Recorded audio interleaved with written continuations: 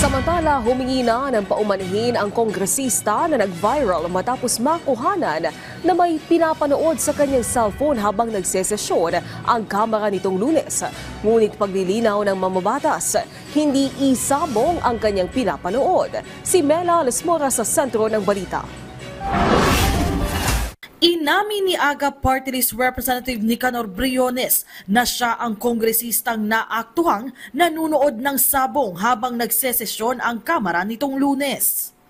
Paliwanag ng kongresista, hindi siya sabongero at may nagpadala lamang sa kanya ng nasabing video. Meron lang nag-message sa akin yung pamangkin ko na gusto mag-invite ng traditional na sabong na gusto ako'y lumaban. Hindi naman ako interesado, hindi naman ako nagsasabong.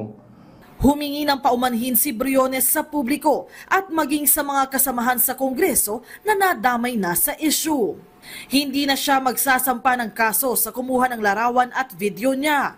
Pero dapat anyang wag na itong ulitin, lalo na't paglabag ito sa Data Privacy Act. Kung sino man ang gumawa sa akin noon, sino nag-video, at gumawa ng fake news na ako'y nanonood o online sabong, eh hindi ko alam kung anong iyong motibo.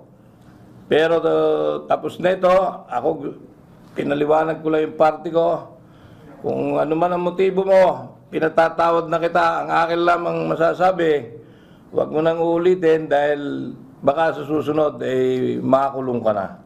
Ngayon po, hindi nyo kakasuhan? Hindi na. Dagdag naman ni Briones, sa mga susunod na araw, maghahain din siya mismo ng panukala laban sa isabong. Batid niya raw kasi ang masamang epekto ng pagtatalpak. Magpa-file ako na iba na total yung online gaming at yung online sabong. Alam kong maraming naporhisyo diyan.